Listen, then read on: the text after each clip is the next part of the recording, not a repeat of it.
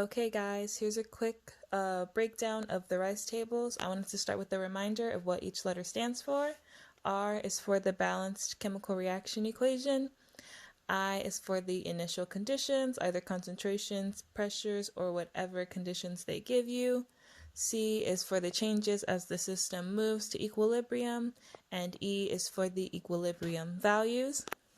A little reminder right here, you don't need rice tables for strong acids or strong bases because they completely dissociate, so those reactions will just go to completion.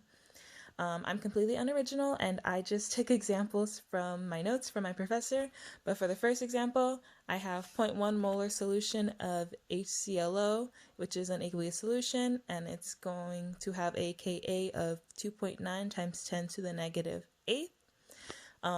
The R right here is HClO goes to H plus ClO minus. I, the initial conditions, we have 0.1 molar of HClO, 0 molar of H plus, and 0 molar of ClO minus. The C changes as the system moves to equilibrium. We're going to subtract X from HClO, add X to H plus, and add X to ClO minus, which gives us our equilibrium values E. HClO is going to have 0.1 minus X, H plus is just going to be X, and ClO minus is also just going to be X. And then you can just plug that into the equilibrium equation right there, which is going to give you 2.9 times 10 to the negative 8 equals X squared over 0.1 minus X. And you can just plug that into a calculator to solve for X, and of course you can use that to either solve for the pH. If it asks you for the pH, you can just take the concentration of H plus or anything else that it asks you for. And for the second example, I just took an example with pressures just to show the pressures and also to show what happens when you have a different coefficient other than 1. So I have a system with 1 atmosphere of H2 gas, 1.03 atmospheres of I2 gas, and 0 atmospheres of HI gas, and that's going to have a Kp of 50.2. So again, R, the reaction equation, H2 plus I2 goes to 2IH to make it a balanced equation.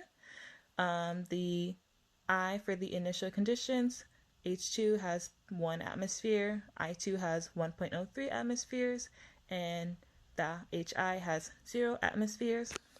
C, the changes. We're going to subtract X from H2, subtract X from I2 as well, but we're going to add 2X to HI because it has that coefficient of 2. So whatever coefficient you see, that is what you're going to add or subtract. And then E, the equilibrium values. H2 is going to be 1 minus X, I2 is going to be 1.03 minus X, and the HI is going to simply be 2X. The same for any equilibrium concentration, but it's just with the pressures. So it's going to be ultimately 50.2 equals 4x squared over 1 minus x times 1.03 minus x.